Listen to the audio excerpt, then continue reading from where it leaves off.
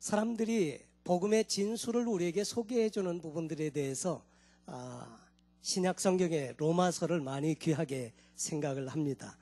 그런데 이 창세기 없이 이 로마서는 특별한 의미를 갖지 못하는 이유 중에 하나가 로마서에서 의인은 오직 믿음으로 말미암아 살리라 했는데 믿음으로 말미암아 산 그 모델이 누구냐면 오늘 구약 창세기에 나오는 아브라함이라고 하는 사람의 이야기입니다. 사도 바울은 글로써 믿음에 관해서 보여주지만 아브라함은 친히 삶으로 우리에게 보여주고 있는 부분이 성경 가운데 나타나 있습니다. 하나님께서 아브라함을 부르실 때 너는 본토 친척 아비집을 떠나서 내가 내게 지시하는 곳으로 가라. 그러면서 아브라함을 부르시는 내용이 성경에 기록되어져 있습니다. 하란이라고 하는 곳은 지금 시리아와 터키와 만나는 국경 지역에 있는 마을로서 아주 오랜 역사를 지닌 주거 문명을 가지고 있는 도시 중에 하나였습니다. 그곳에서 하나님께서 아브라함을 부르셨더라 하는 거죠. 저는 지금 이제 창세기서에 있는 내용을 5번째 말씀을 함께 나누고 있는데 창세기서는 두 가지로 나누면 일반 역사가 있고 그 다음에 구원 역사가 있다고 말씀을 드렸습니다. 이 1장에서부터 11장까지에 있는 내용은 4가지 사건이 성경에 기록되어져 있는데 각 사건마다 우리가 한 주간씩 말씀으로 살펴보셨는데 첫째 창조 사건이 있었죠. 태초에 하나님이 그 말씀으로 천지를 창조하셨다. 여기 이것이 우리 신앙의 근간이고 기초가 되어야 한다고 말씀드렸고 두 번째 어떻게 하나님이 그렇게 사랑의 대상으로 지은 인간이 범죄하고 타락했는지 3장에 가서 인간의 타락의 이야기를 다뤄주고 있고 이 타락한 인간들이 나중에는 총체적으로 부패하고 타락하게 되어서 하나님이 결국 물로 심판할 수밖에 없는 지경에 이르렀는데 이것이 세 번째로 홍수 사건이었더라 하는 것이죠.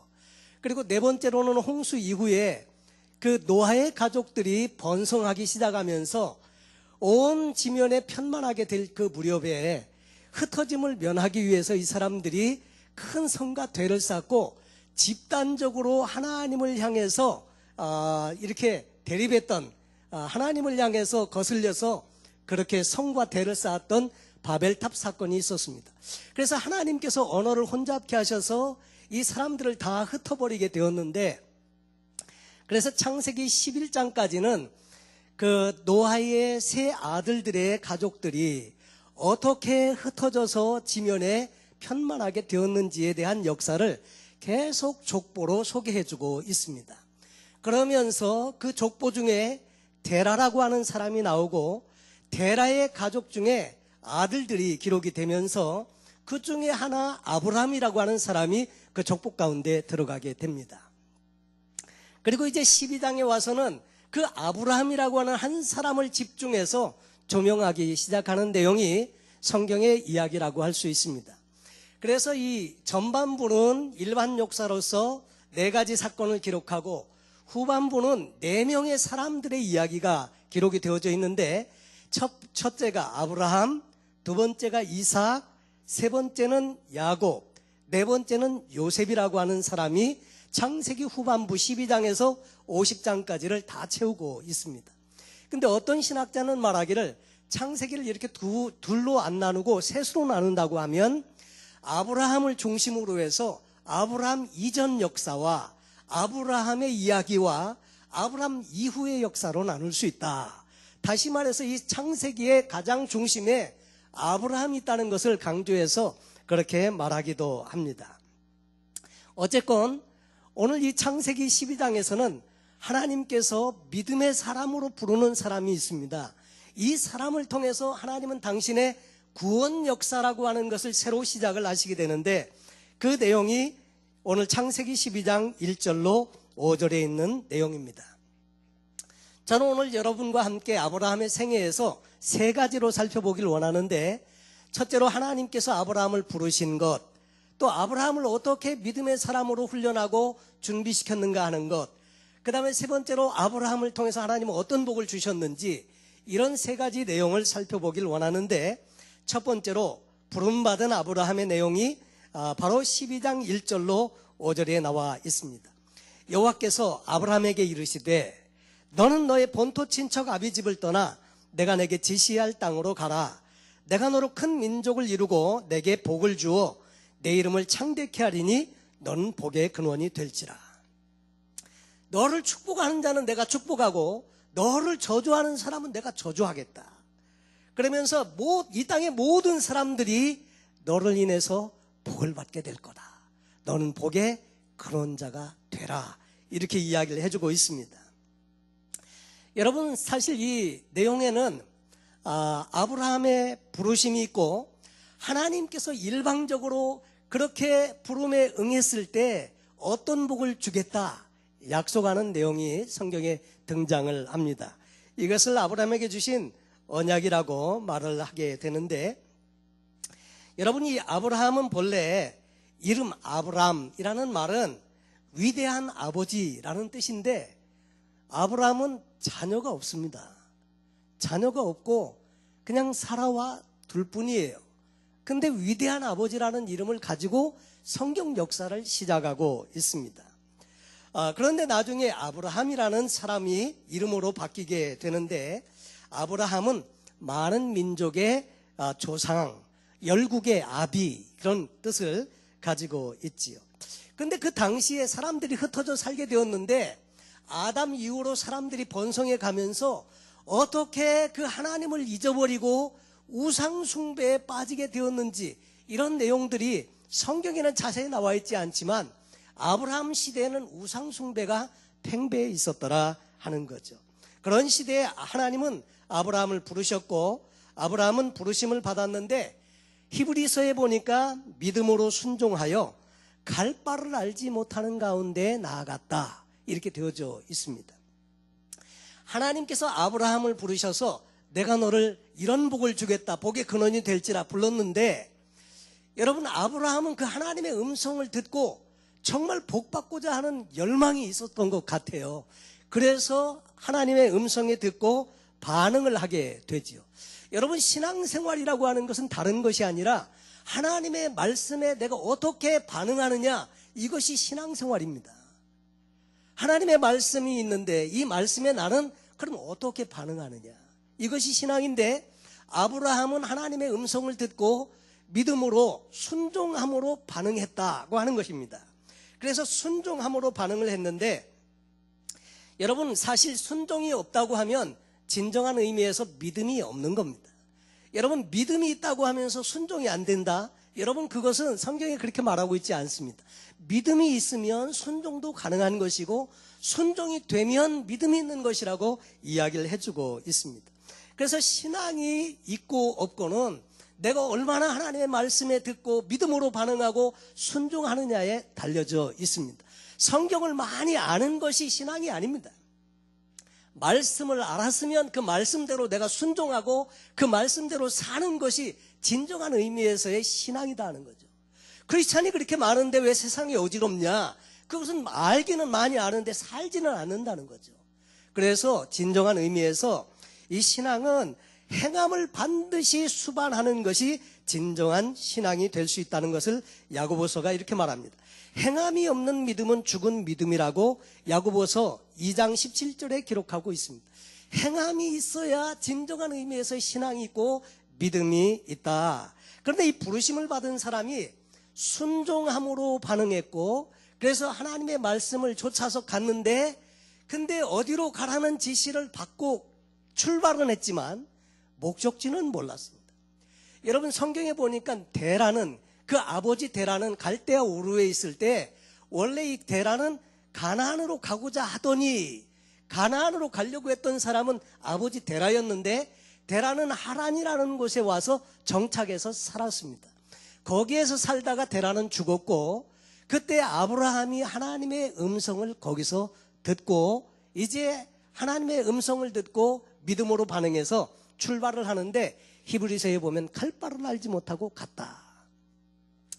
여러분, 우리 같으면 어떻게 했을까요? 갈 바도 어디로 가야 되는지도 모르는데 간다는 것은 쉽지 않습니다. 성경은 구약 성경은 역사를 기록하고 있고요.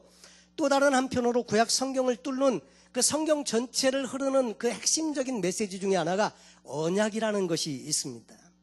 여러분, 성경에는 수많은 약속이 있는데 이 약속을 언약이라고도 하고 계약이라고도 합니다.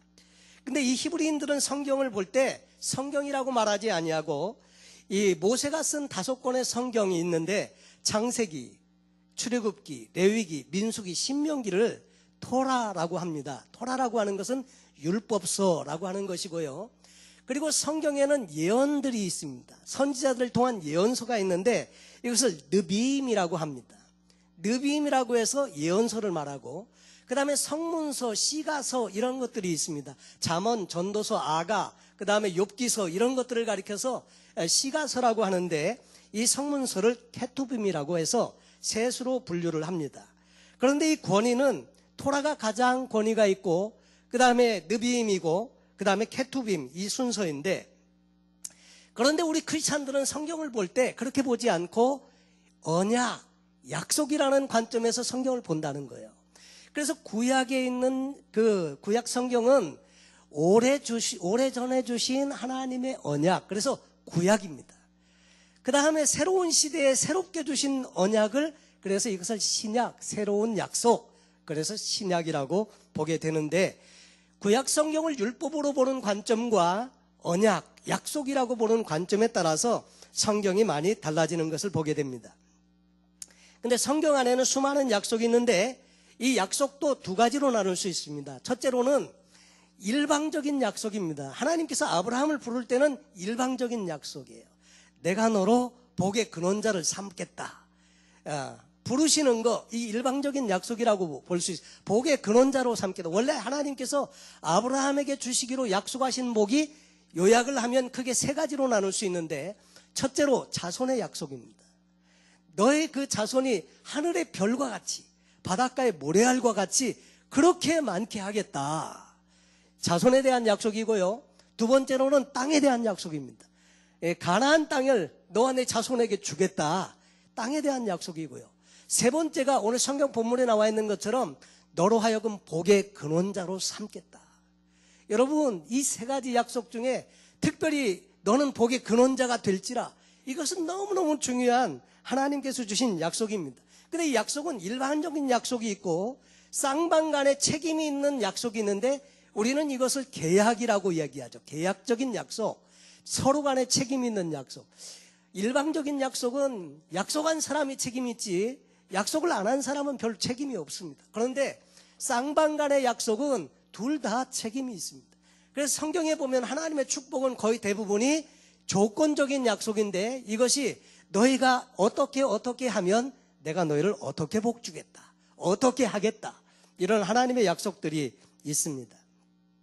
그런데 처음에 하나님의 부르심은 일방적인 약속으로 불렀지만 나중에 하나님께서는 아브라함과 언약을 체결할 때 쌍방간의 약속을 함께 갖는 그런 언약을 체결하십니다. 이 아브라함 때로부터 시작해서 언약이라고 하는, 그래서 이스라엘 백성들을 언약 백성이라고 이렇게 이야기하게 되는데, 아브라함에게 이제 말씀을 해주시고, 아브라함은 이 언약에 믿음으로 순종하고 따름으로 하나님의 축복을 받는 그런 사람이 되었습니다. 창세기 12장 1절로 4절에 있는 말씀에 본토 친척 아비집을 떠나라. 그래서 본토 친척 아비집을 떠난다고 하는 것은 단지 그냥 아버지 집을 떠나는 것만을 의미하지 않고요. 그 당시에는 데라가 이미 죽었습니다. 아버지 집이라고 하는 것은 아버지와 더불어서 친일척들이 살고 있는 모든 주변의 환경, 이것을 의미합니다. 문화를 포함해서, 사랑하는 사람들을 포함해서 모든 자기의 편리한 모든 안락한 모든 환경을 떠나는 것을 의미합니다. 여러분, 근데 그때 아브라함의 나이가 75세였더라. 그랬나 보다 이렇게 생각하기 쉽지만요, 보통 보면 나이가 40이 넘으면 사람들이 모험을 잘 하지 않으려고 합니다. 그래서 안정적으로 가려고 하지 모험을 싫어해요. 모험하다가 그냥 팍싹 망해버리고, 여러분, 그 수고를 어떻게 해야 할까 걱정이 돼서 모험을 잘 하지 않으려고 합니다. 근데 아브라함은 75세인데 새로 하나님의 음성을 듣고 그 음성에 자기의 남은 생애를 걸어버린다 이거죠. 와, 이 아브라함의 모습을 보면서 참 우리가 도전을 많이 받습니다. 만약에 여러분의 연세가 75세가 아직 안 넘으셨다면 여러분도 새로운 일을 시도하셔도 괜찮으리라고 생각이 되어집니다. 자, 그런데 그 당시에는 오늘날처럼 이사하는 것이 쉬운 일이 아닙니다. 이사하는 것이 그냥 쉽게 이삿짐센터 불러가지고 이사하고 그렇게 가는 게 아니에요. 이 당시에는 가축들도 있죠. 모든 살림 도구 있죠. 다 챙겨가지고 걸어가다가 해저물면 거기서 쉬고 먹고 자고 다 해야 돼요. 또 가다가 무슨 어려운 일을 당할지도 몰라요. 요즘처럼 여러분 어디 길 갈 때 내비게이션으로 주소 딱 넣고 탁 누르면 가이드를 쫙 주는 게 아니에요. 내비게이션도 없고 어디로 가야 될지 어떻게 해야 될지 가다가 무슨 일을 만날지 전혀 모르는 상황에서 믿음으로 간다는 것이 쉽지 않습니다. 근데 아브라함은 그 하나님의 음성을 듣고 그렇게 지금 믿음의 발걸음을 시작을 한 거예요. 가려고 하는 곳에 대해서 정보도 전혀 없습니다. 여러분 미국에 오실 때 미국에 대해서 다 미리 연구하고 거기 가면 어떻게 먹고 살아야 되냐, 미국은 어떤 곳이냐, 다 요즘 인터넷 다 뒤져가지고 다 서치하고 공부하고 그리고 미국 오는데 아브라함은 전혀 가는 곳에 대한 정보가 없어요. 그럼에도 불구하고 아브라함은 믿음의 여정을 출발했더라 하는 거죠. 그래서 성경에 보니까 4절 말씀에 이에 아브라함이 여호와의 말씀을 쫓아갔고 롯도 그와 함께 갔으며 아브라함이 하란을 떠날 때 그 나이 75세였더라. 여러분 그래서 떠나갔고 그리고 이제 그 5절 말씀에 아브라함이 그 안에 사례와 조카 롯과 하란에서 모은 모든 소유와 얻은 사람들을 이끌고, 여러분 이게 참 많은 전부 다 이끌고 가야 되는 거예요. 가나안 땅으로 가려고 떠나서 우리는 떠나질 못하지 않습니까? 근데 아브라함은 떠났거든요. 떠나서 그리고 마침내 가나안 땅에 들어갔더라. 마침내 finally. 여러분 마라톤 달리는 거 어렵지 않습니까? 중간에서 포기하고 싶어. 근데 마침내 다 결승점에 도달했더라. 그 마침내라는 말은 하여간 우여곡절 끝에 하여튼 다 끝까지 갔다 그 말이죠. 마침내 가나안 땅에 가려고 떠나서 가나안 땅에 들어갔더라. 그래서 그렇게 믿음의 여정을 시작했습니다. 근데 성경을 보면서 하나님의 인도하심에 대해서 생각할 때 여러분 하나님께서 우리를 인도해 가실 때 우리 인생에 대한 마스터 플랜을 쫙 보여주시고 자 이제 10년 동안은 이렇게 될 거고 그 다음에 15년째는 이렇게 되고 장차 이렇게 사업이 어떻게 번성해서 무슨 사업을 하게 되고 내가 이렇게 존귀하게 이렇게 쓰임받다가 어떻게 될 거다. 마스터 플랜을 쫙 보여주고 그리고 인도해 가시면 좋겠는데 그렇게 안 하십니다. 여기만 보여주셔요. 문제는 그걸 믿음으로 거기까지 가면 그 다음에 거기 가야 보여주는 거예요. 그러니까 여러분 하나님의 인도는 언제나 그렇습니다.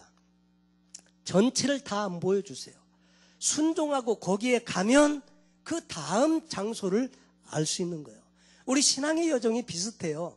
그래서 여러분 내 인생 전체가 하나님의 인도하심을 받으면 좋겠는데 그럼 어떻게 하면 될까요? 지금 내게 말씀하시는 그것을 순종함으로 가야 그래야 다음 스텝이 보여진다 하는 거죠. 그래서 아브라함은 순종해서 이제 하나님의 부름에 응답해서 믿음으로 출발을 하게 됩니다. 그리고 이제 그 이후에 하나님께서 순종하고 갔는데 다 잘 풀리면 좋잖아요. 잘 풀린 것만이 아니고요. 가나안 땅에 갔더니 기근이 있었네요. 여러분 하나님의 음성을 듣고 그리고 믿음으로 순종하고 갔으면 형통하고 열려져야 되는데 그게 아니고 먹을 게 없는 거예요. 기근이 있는 거예요. 여러분 하나님 말씀에 순종하고 믿음으로 살면 가면서부터 형통이고 가면서부터 축복이고 이게 아니고요. 어떤 때는 훈련이 있다는 거예요. 하나님께서 아브라함을 믿음의 사람으로 불렀지만 순종하고 갔는데 훈련의 과정이 있습니다. 기근이 오니까 애굽으로 내려가죠. 애굽으로 내려갔더니 자기가 혹시 아내 일로 죽임을 당하고 아내를 빼앗길까 봐 거짓말도 합니다. 나를 오랍이라고 하고 누이라고 해라. 그래갖고 아내를 누이라고 속여가지고 그래서 생명을 부지하기도 하고, 그랬다가 그게 드러나가지고 다시 또 이게 또 나오기도 하고, 무려 그런 일이 2번씩이나 있었지 않습니까? 그렇지만은 그런 모든 과정, 하나님께서 사람을 인도해 가실 때는 처음부터 큰 믿음의 사람으로 세우는 게 아니라 점차로 훈련과 연단과 그런 시련의 과정들을 통해서 믿음을 예비케 하시는 것을 보게 됩니다. 사랑하는 여러분, 여러분의 삶에도 힘들고 어렵고 문제가 있습니까? 그 과정 중에 있다고 생각하시면 틀림이 없을 줄로 믿습니다. 그러면서 이 아브라함은 자녀에 대한 약속을 벌써 받았는데도 자녀가 없었어요. 10년을 기다렸는데도 없네요. 그래가지고 자꾸 아브라함은 이 약속은 받았지만 흐려지는 거예요. 그래가지고 엘리에셀 그 종을 자기 양자로 삼아서 그 대를 잇게 할까, 이렇게 하나님과 대화도 나눴고요. 그러다가 이제 그 하나님의 약속을 받긴 받았는데 편법을 씁니다. 사라가 자기의 몸종인 하갈을 보내서 아이를 낳게 하자. 그랬더니 여러분, 그런 거 싫어할 남자 별로 없는 것 같아요. 아브라함도 그랬어요. 그래가지고 자녀를 낳았는데 그 아들의 이름이 이스마엘입니다. 근데 그 일로 인해서 요즘 중동의 아주 어려운 문제가 다 이 아브라함이 실수해가지고 생긴 일들이 참 그렇게 많이 나오지 않습니까? 자, 그런데 그런 편법을 쓰기도 해요. 그러니까 아브라함이 편법을 쓰니까 하나님께서 아브라함에게 그전에는 종종 나타나셔서 말씀도 주시고 이렇게 했는데 나타나시지를 않네요. 무려 13년 동안이나 침묵 기간이 있었습니다. 하나님께서 아브라함에게 말씀도 주시곤 했는데 인간적인 편법을 쓰니까 그 위에 하나님이 침묵하세요. 13년 동안이나. 여러분, 우리도 그럴 때 있습니다. 우리가 자꾸 내 방법으로 하나님 방법을 대신해 하고자 할 때 하나님 때때로 침묵하실 때가 있습니다. 아브라함이 그랬습니다. 13년 이후에 하나님께서 또 나타나셔서 말씀을 주시지요. 그러면서 이 믿음이 없는 아브라함을 불러내가지고 하늘의 별을 봐라. 네 능히 셀 수 있느냐? 여러분, 요즘은 별을 셀 수 있느냐? 그럼 셀 수 있습니다. 그럴 수 있습니다. 왜냐하면 하도 별이 잘 안 보이니까. 그런데 이때는, 아브라함 때는요, 정말로 제가 평생에 별을 그렇게 많이 본 적이 딱 2번 있었는데, 제가 훈련소에서 훈련받을 때, 그때는 강원도 철원에서 훈련받는데 훈련소에서 탈영병이 있을까봐 밤중에 화장실을 갈 때는 꼭 3명씩 엮어서 보냈습니다. 근데 자고 있는데 옆에 전우가 막 깨워요. 그래서 웬일인가 일어났더니 자기 화장실 가야 된다고 같이 가야 된대요.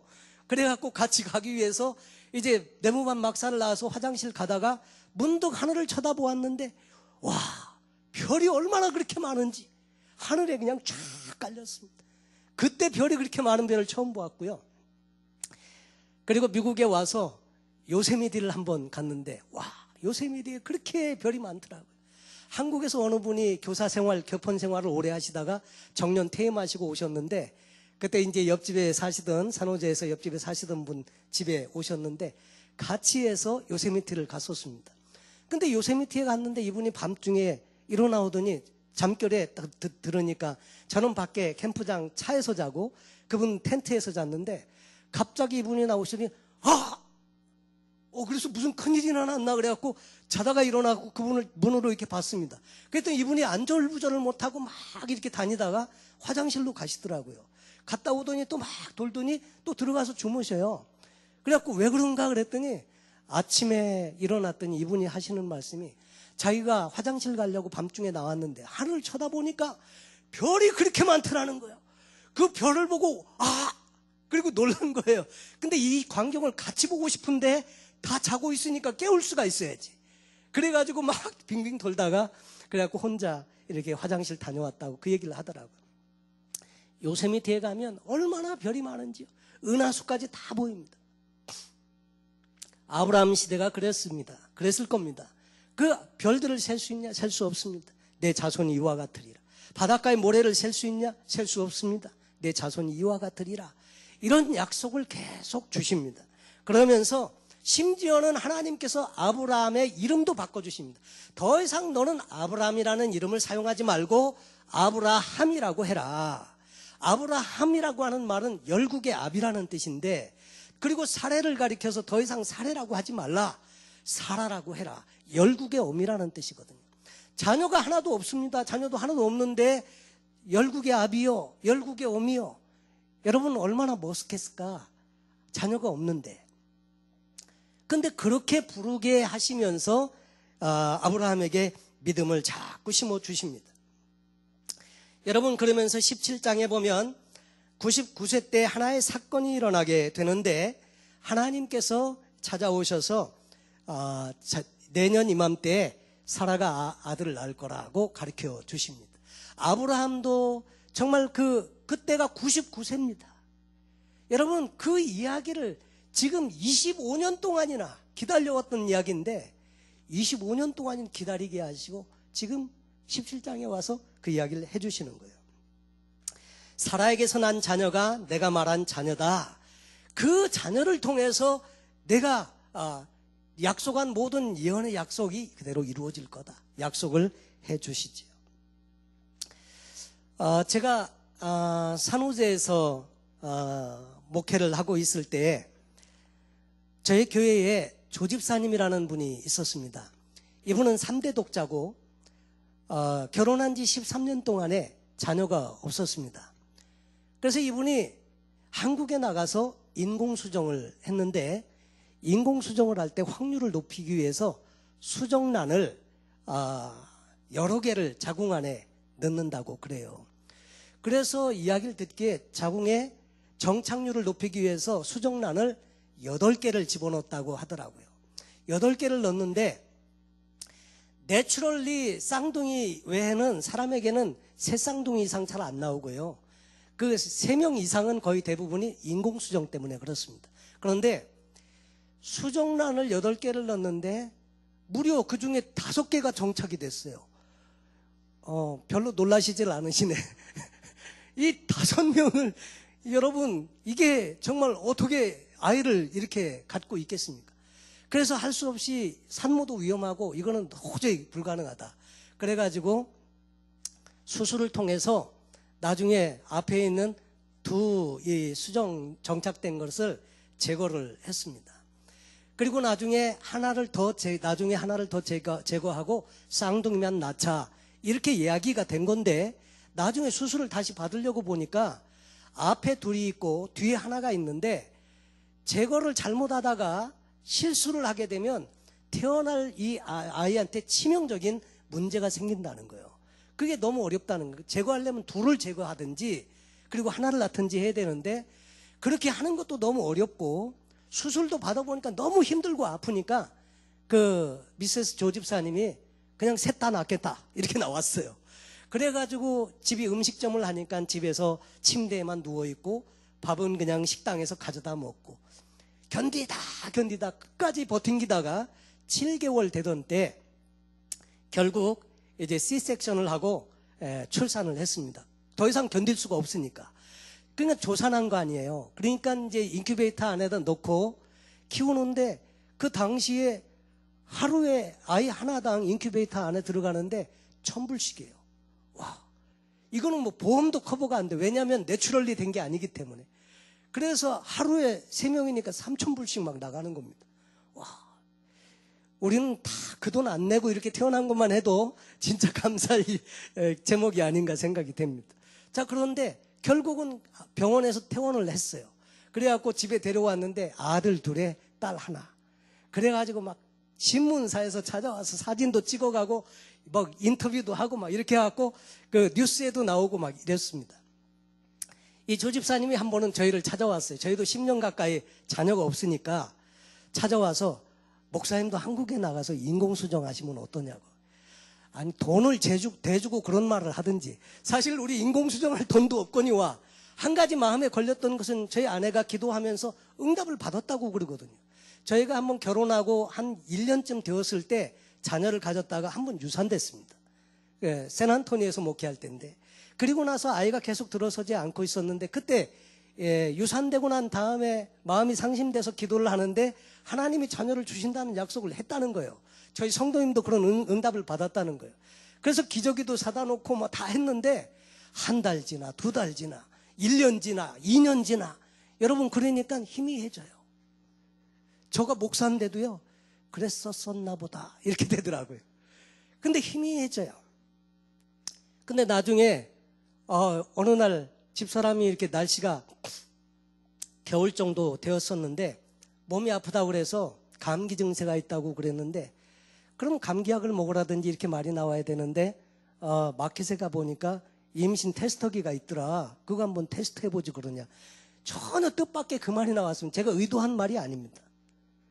근데 아내는 또 그 말을 듣고 그냥 웃고 말 텐데 진짜로 가서 사서 검사를 해보니까 양성 반응이 나왔어요. 그래가지고 10년 만에 낳은 딸이 저희 집 예은이, 폴린이라고 하는 딸인데, 딸을 낳고 나서 성경을 다시 봤습니다. 이 아브라함 이야기를 다시 보니까 아브라함 이 믿음이 보통 믿음이 아니더라고요. 여러분 25년 동안이나, 물론 편법을 쓰고 자기도 해볼 거 다 해봤는데 안 됐거든요.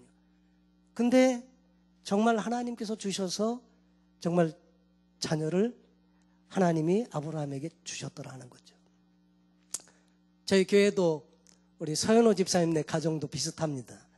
자녀가 없이 8년째 지내다가 자녀를 그렇게 낳았지 않습니까? 자, 그런데 응답 없이 오랜 세월 기다리는 거예요. 여러분, 사람들이 견디기 힘든 것 중에 하나는 기다리는 거 힘듭니다. 사람 만나기로 시간 기다리는데 안 와. 막 기다리는 것처럼 참 힘든 일이 없습니다. 근데 우리에게도 그런 게 있어요. 영적으로도 하나님의 응답이 왔는데 아직도 이루어지지 않아서 너무 답답해하고 힘들어하는 거 여러분 혹시 없습니까? 있을 수 있습니다. 아브라함도 그랬습니다. 벌써 75세의 약속은 받았는데도 그럼에도 불구하고 25년 동안 기다리게 하셨더라는 거죠. 한국 사람들은 기다리는 거 잘 못합니다. 그래서 한국 사람 가게에서 일하는 멕시코 사람들 제일 빨리 배우는 말이 뭔지 아십니까? 빨리빨리. 한국 사람들도 제일 먼저 배우는 스페니쉬가 뭔지 아십니까? 안 달래. 예. 우물가에서 숭늉 찾는 사람들이 한국 사람들이에요. 기다리질 못해요. 근데 이 기다리는 게 힘들거든요.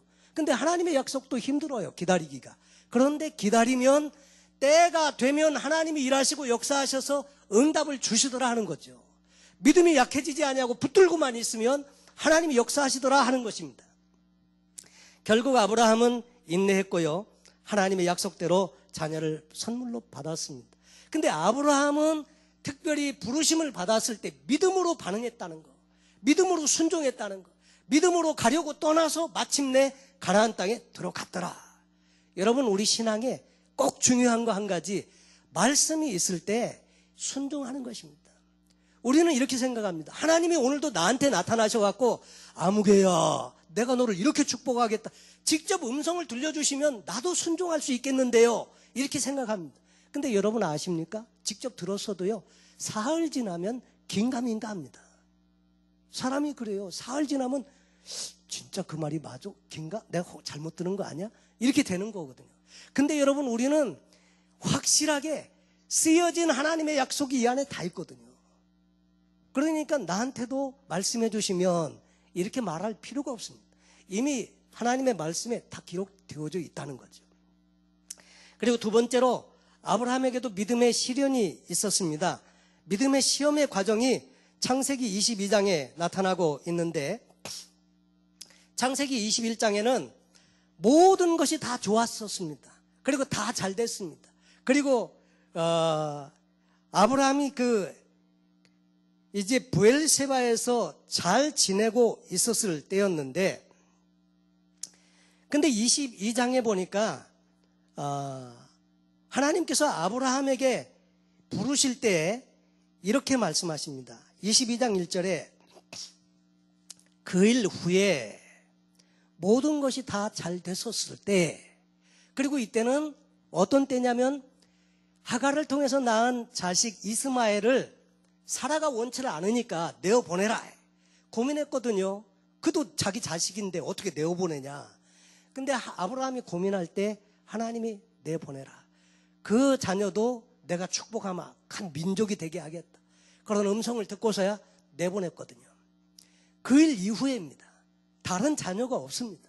독자 이삭밖에 없었는데, 그 일 후에 하나님이 아브라함을 시험하시려고, 여기 시험하시려고, 한국말은 시험이라는 말이 딱 하나지만 그 원래 그 이 히브리어에는 그 원어에는 시험이라는 말이 다른 말이 있습니다. 하나는 페일라조, 하나는 도키마조라는 말로 이렇게 헬라어에 되어져 있는데, 그것은 뭐냐면 하나는 우리를 넘어뜨리기 위해서 가져다주는 유혹, 그런 시험을 갖다가 야고보서에 말하는, 하나님은 친히 아무도 시험하지 않는다 말씀하시는 그 템테이션이라는 시험이고요.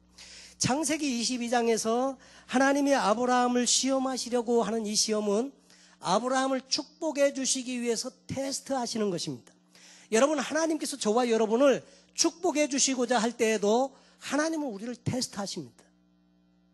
근데 테스트하시는데 반드시 축복하려는 걸로 테스트합니다. 물질 축복을 주시길 원하시는 가정은 물질로 테스트합니다. 나에게 물질적인 이 시험이 많다. 그러면 여러분, 물질 축복을 주시려나 보다. 그리고 순종하셔야 됩니다. 하나님의 것을 주었을 때 잘 관리하고 맡기고 하나님의 것으로 10의 1조의 예물을 하나님께 드리는지, 하나님의 것으로 잘 관리하는지, 이걸 테스트하는 거예요. 여기 통과 못하면 물질 축복이 오지 않는 경우가 많습니다. 중도에 그냥 지나가 버리고 말죠. 건강의 복으로 축복하려고 하는 사람은 하나님 반드시 건강으로 테스트하십니다. 내가 몸이 이렇게 아픈데요. 아닙니다. 아픈 중에라도 순종하고 하나님께 믿음을 드리면 하나님이 건강의 복을 주십니다. 반드시 축복하려는 걸로 테스트하십니다. 왜 하나님께서는 이삭을 바치라고 할까? 첫째로 이 이삭이라고 하는 존재는 아브라함의 모든 것입니다. 이 이삭이라고 하는 존재는 약속을 받은 자녀고, 이 이삭을 통해서 하늘의 별과 같이 바닷가의 모래같이 자손이 번성하리라는 약속이 이루어져야 되는 대상이 이 이삭이거든요. 또 왜 이삭을 바치라고 할까? 하나님은 자녀의 축복을 주시려고 하니까 이삭을 가지고 테스트하시는 것입니다.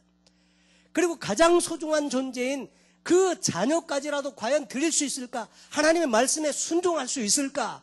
이것을 테스트하시는 것이거든요. 그랬는데 성경에 보니까요, 2절 말씀에 여호와께서 가라사대 내 아들 내 사랑하는 독자 이삭을 내 아들, 여기 보니까 내 사랑하는 독자, 아브라함이 얼마나 사랑했는지, 어쩌면 아브라함에게는 하나님보다 이 이삭이 더 우선이었을지도 몰라요. 그래서 하나님은 이것을 또 테스트하셨는지도 모릅니다. 내 사랑하는 독자 이삭을 데리고 모리아 땅으로 가서, 모리아 땅은 사흘 길입니다. 내가 내게 지시하는 한 산, 거기서 그를 번제로 드려라. 모리아 산에서 번제가 뭡니까? 죽여서 각을 뜬다는 말은 다 토막을 내가지고 불로 태워서 드리는 제사가 번제입니다. 하나님이 이런 하나님이 어디 있습니까? 듣도 보도 못한 축복하는 하나님인데 자식을 갖다가, 그것도 약속의 자식으로 준 자식을 갖다가 어떻게 번제로 드리라고 할까?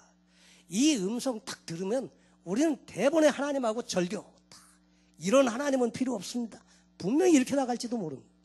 그런데 3절에 보니까 문제가 이 아브라함의 반응이에요. 아브라함이 아침에 일찍 일어나 나귀의 안장을 지고, 아니 아침에 일찍 일어나. 우리는 이런 얘기 들으면 잠 못 잡니다. 근데 일찍 일어났다는 얘기는 잣대는 거 아니에요. 예? 하여튼 일찍 일어나 나귀의 안장을 지우고 두 사안과 그 아들 이삭을 데리고 번제에 쓸 나무를 쪼개어 가지고 떠나 하나님의 자기에게 지시하는 곳으로 가더니, 그리고 제3일에 아브라함이 눈을 들어 그곳을 멀리 바라본 지, 여러분 3일 동안 왔는데도 아직 도착을 못했고 멀리 보여요. 한국말에 작심삼일이라는 말이 있지 않습니까? 처음에는 그렇게 했습니다, 하나님 내가 믿음으로 순종하지요, 출발했는데 3일 지나면 어떻게 돼요? 내가 잘못 들은 거야, 이럴 리가 없나, 자녀를 선물로 줬고 아브라함을 이삭을 통해서 약속을 줬는데 그럴 하나님이 아니지. 그리고 얼마든지 돌아갈 수 있는 시간이 3일이라는 거예요. 근데 3일 동안 왔고요, 아직도 멀리 보여요. 근데 계속 갑니다. 그리고 성경에 보니까 이 아브라함이 사환에게 이르되 너희는 나귀와 함께 여기서 기다리라. 내가 아이와 함께 거기 가서 경배하고 너에게로 돌아오리라. 두 명의 사환은 중간에서 멈춰 서게 합니다. 왜죠? 중간에 자녀를 잡아서 이삭을 잡아 드리려고 할 때 주인 어른이 무슨 일입니까? 망령 드셨습니까? 그러면 못하잖아요. 그러니까 미리 남겨놓는 거예요. 그리고 이삭이 장작을 지고 올라가니까 이삭도 그냥 어린애가 아니에요. 영화 같은 데 보면 조그만 꼬맹이 어린애처럼 나오는데 장작을 지고 올라갈 정도니까요, 어린애가 아닙니다. 15살에서 적어도 17살로 보는 거예요. 자, 그런데 올라갈 때 이삭이 또 질문하죠. 번제 쓸 나무도 있고 불도 있는데 번제 드릴 양이 어디 있습니까? 그때 아브라함이 이삭을 보면서 똑바로 쳐다보면서 바로 너야 이렇게 말하. 여러분, 근데 성경에는 그렇게 말할 수 없잖아요. 하나님이 예비하실 거다. 그리고 올라갔습니다. 없었죠. 예비하셨습니까? 없었어요. 결국 이삭을 잡아서 드리려고 칼을 들었을 때 하나님이 극적으로 너무 다급하셨던 나머지 아브라함아, 아브라함아 2번씩이나 급하게 부르십니다.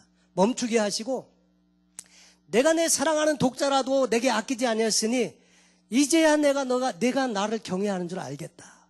하나님이 인정해 버리십니다. 여러분, 우리도 때때로 하나님 우리를 인정해 주시는 부분이 있으셔야 됩니다. 근데 이게 보통 이게 모험이 아닌 거예요. 근데 그리고 나서 보니까 뒤에 숲풀에 이 양이 걸려 있는 게 보이는 거예요. 여러분, 그래서 그 산의 이름을 여호와 이레라 하였더라. 여호와께서 예비하셨다. 여러분, 이 여호와 이레의 양은 꼭대기까지 올라가야 보이지 산 밑에서 안 보입니다. 출발하기 전에 안 보이는 거예요.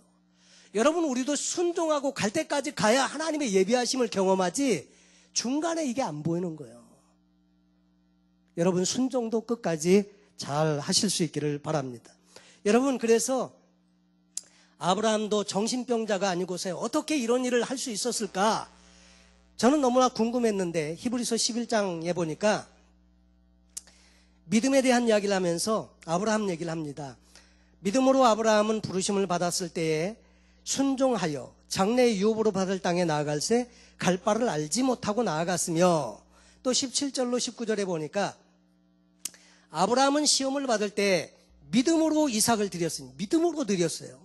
그는 약속들을 받은 자로되, 그냥 약속 하나만이 아니라 약속들을 받은 자로되 그 외아들을 드렸느니라.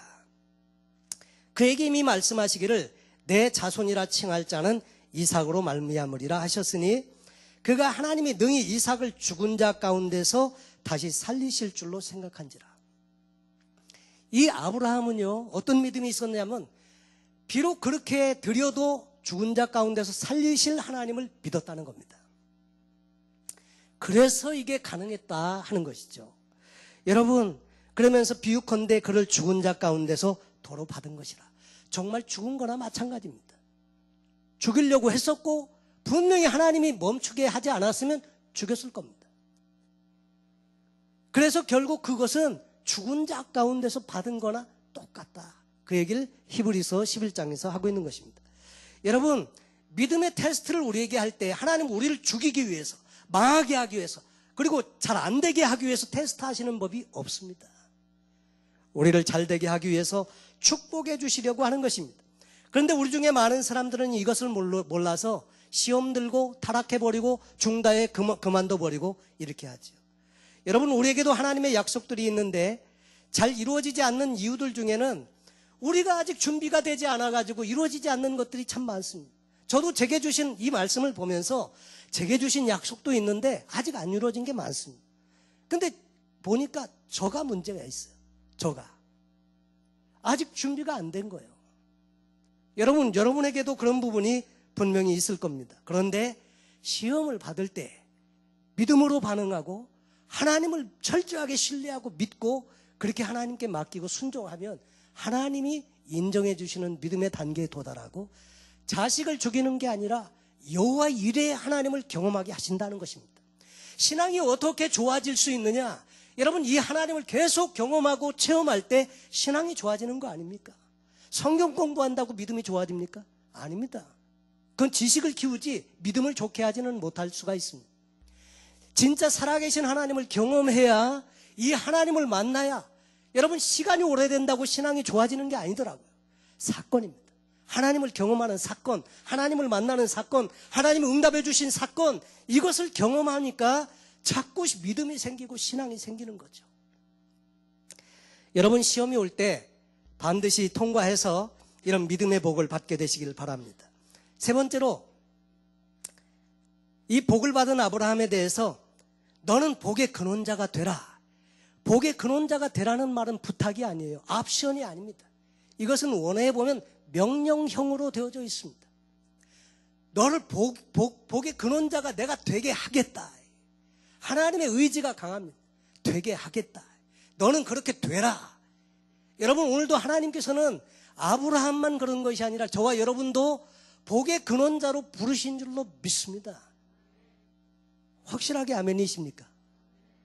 여러분, 이 이야기가 4천여 년 전에 쓰여진 이 이야기인데, 그때 이야기지만은, 그러나 하나님은 이 이야기를 통해서 저와 여러분에게 주시는 메시지가 뭐냐면, 이 시대, 오늘과 같은 이 시대에 복의 근원자로 쓰시기를 원하셔서 저와 여러분을 부르셨고 믿음으로 반응했고, 그래서 오늘 이 자리에 나와 계신 거 아닙니까?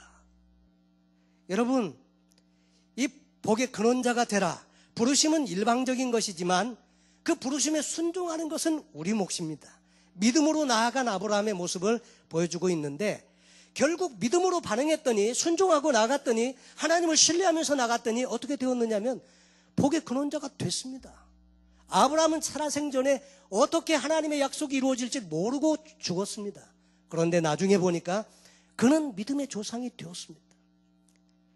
여러분, 믿음의 조상 아브라함, 유대교에서도 믿음의 조상 아브라함, 기독교에서도 믿음의 조상 아브라함, 캐톨릭에서도 믿음의 조상 아브라함, 심지어 그 이슬람 거기서도 믿음의 조상이에요.